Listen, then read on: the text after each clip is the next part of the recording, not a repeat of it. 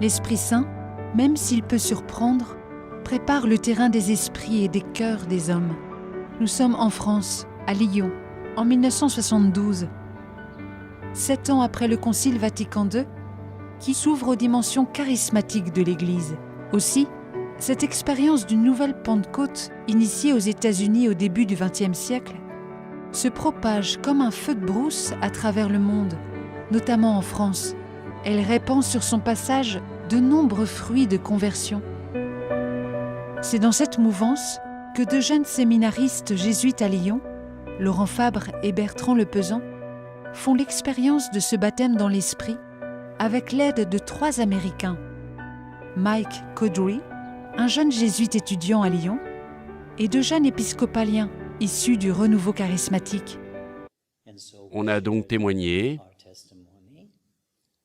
et j'ai dit, c'est complètement basé sur l'Écriture sainte. Nous étions donc 3 à prier pour ces 2 jeunes hommes, et nous avons imposé les mains sur eux. Puis nous avons simplement demandé, au nom de Jésus, que le Saint-Esprit descende sur ces 2 hommes. Et il est descendu. Là, je crois que j'ai vécu le moment le plus important de ma vie. J'ai eu le sentiment vraiment d'être pécheur. À ce moment-là, j'ai eu vraiment le sentiment que j'étais un pauvre type. Je ne voyais pas tel ou tel péché particulier. Je sentais que j'étais un pauvre, mais que j'étais aimé par Dieu. Je sentais vraiment l'amour de Dieu. Et là, je touchais le fond. Le fond, c'est que je suis pécheur devant Dieu, mais qu'il m'aime. J'étais béni dans la miséricorde de Dieu, en fait. Forts de cette expérience, tout en continuant leurs études au séminaire, ils suscitent un groupe de prière charismatique. Conversion, guérison. Le groupe de prière ne cesse de grandir. Mais est-ce suffisant de se rencontrer qu'une fois par semaine? C'est ainsi qu'en octobre 1973, 7 personnes, 4 hommes et 3 femmes de 24 à 35 ans, choisissent de vivre en communauté en partageant tout, comme au temps des Actes des Apôtres. C'est le début de la communauté du Chemin Neuf, 49 montées du Chemin Neuf à Lyon, sur la colline de Fourvière.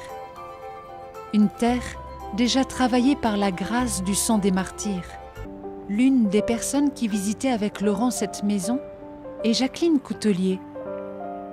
Lyonnaise, reconnaissant aussi un appel de Dieu à la vie communautaire, elle fait partie des 7 personnes qui sont à l'origine de la communauté. Ce qu'on avait ensemble en commun, c'était l'expérience du baptême dans l'Esprit Saint, dans des lieux, des groupes de prière différents en France, et puis un commun désir de trouver la volonté de Dieu, de faire ce qu'il nous demanderait de faire. On avait tous un travail, et donc on a mis nos petites économies ensemble, en commun, parce que la maison était dans un état qui demandait des travaux. Et puis l'autre condition, c'était qu'on ne mette pas de limite a priori, c'est-à-dire que si Dieu nous demandait d'arrêter au bout d'un an, on arrêterait, mais s'il nous demandait de continuer, il fallait être prêt à continuer. On avait le souci que chacun reconnaisse son appel. Donc dans un des points qui nous réunissait, c'était vraiment de trouver notre appel propre, personnel. L'autre, c'était vraiment évangéliser, répondre aux besoins de notre temps au sein de l'Église et une attention au partage, notamment avec les plus pauvres. La première année de notre fondation ici fut une épreuve assez difficile pour chacun de nous. Ce fut la mort de la plus jeune d'entre nous, de Brigitte, qui est morte d'un cancer dans ce lieu, là où je suis filmé. Je crois qu'on peut dire que, d'une manière ou d'une autre, le Christ nous apprend à passer avec lui, à porter avec lui la croix qu'il nous demande de porter.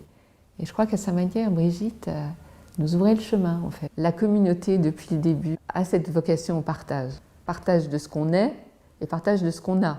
Je crois que c'est important, comme me disait un jour le pasteur Roger Schutz, que nos communautés nouvelles, même si elles sont petites, que nos communautés nouvelles soient des lieux d'expérimentation du partage. Parce que notre monde en a tellement besoin.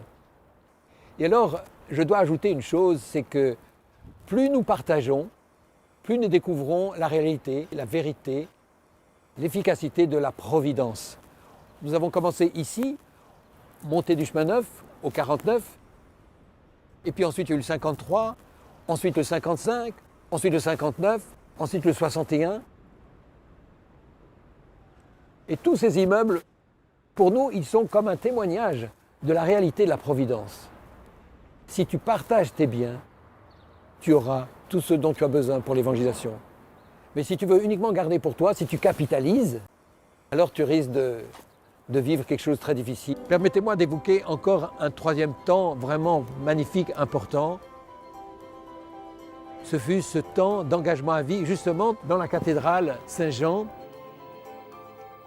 Et dans ce temps d'engagement à vie, il y avait à la fois des célibataires consacrés et des gens mariés, des couples. Et là, c'est quelque chose de très important, je pense, pour notre communauté, mais plus que pour notre communauté, pour l'avenir de l'Église. C'est important de considérer que couple comme célibataire consacrés comme ceux qui sont consacrés dans les vœux du mariage, nous sommes tous appelés à la perfection. Tous appelés, nous aussi, à devenir des saints.